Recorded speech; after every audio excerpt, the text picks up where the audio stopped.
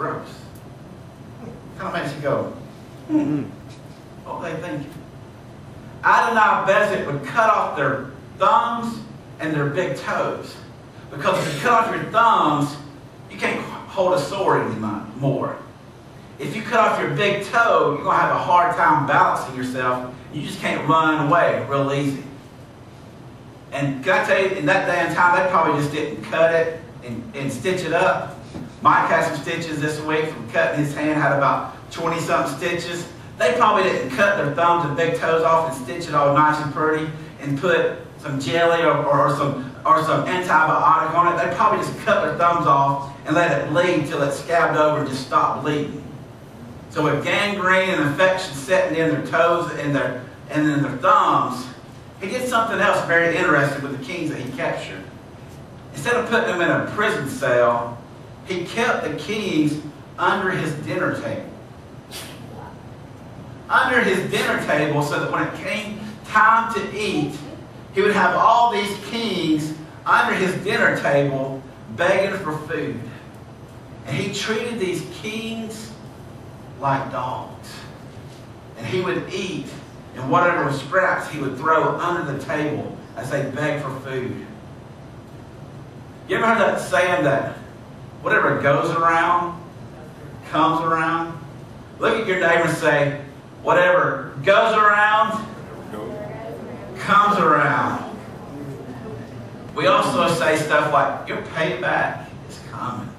You're going to get a dose of your own medicine.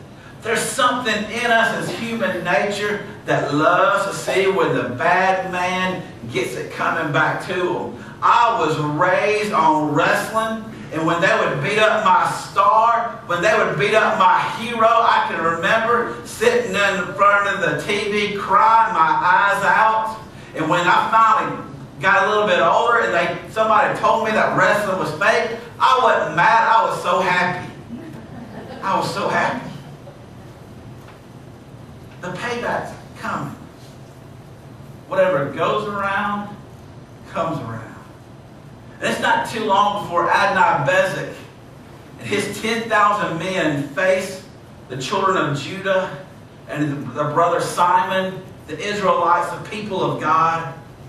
Goes out to fight the Canaanites. They killed 10,000 men in the city of Bezek. And guess who they captured? Adonai-Bezek. They don't kill them. They take them captured.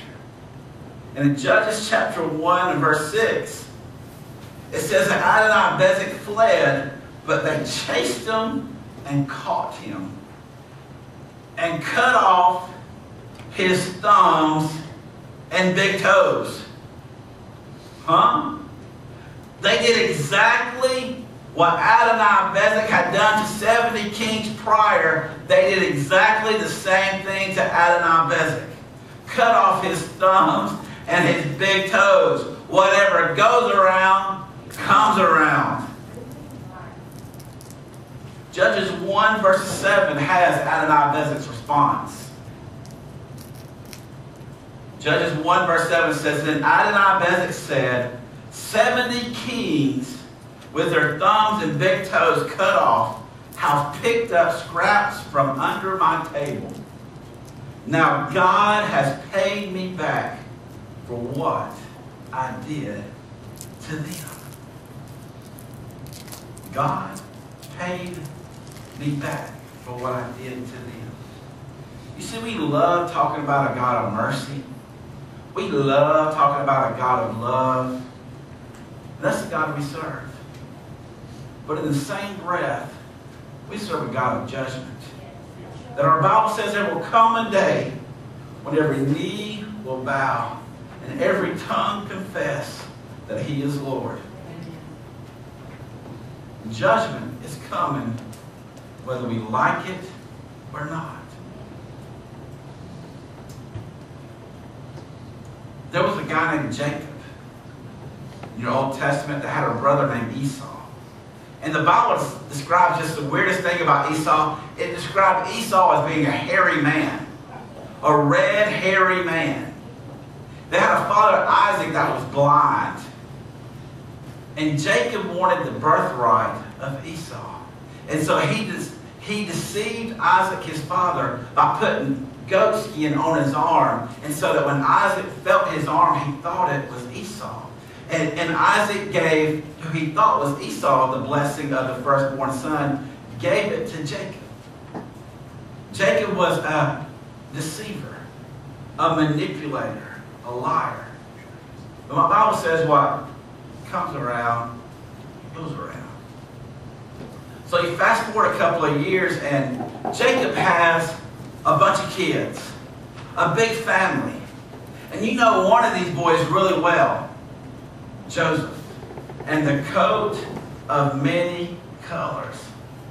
One of these fancy coats. Now, I wear some wild stuff every once in a while, but I'm talking about this was the wildest coat of many colors you've ever seen. And the reason he gave him that coat was to let everybody know that he was the favorite. And we know that he told some things to his brothers that made his brothers mad. And what did they do? They said, we're going to take care of Joseph. We're tired of him running his mouth, telling us again and again that he's daddy's favorite. They went and put Joseph in a pit and got his coat and put blood on it and said that Joseph has been killed by wild animals, and the boys and the kids deceived Jacob the father. Just as Jacob had deceived others, Jacob in the end was deceived himself. There's some more stories we know in the Old Testament. Remember that man and the great fish that we've all seen cartoons? Jonah and the great whale. We know that God tells Jonah to go to Nineveh, and Jonah says, no way, Jose. There ain't no way I'm going to go hang out with a bunch of sinners. And so Jonah's got a way of escape.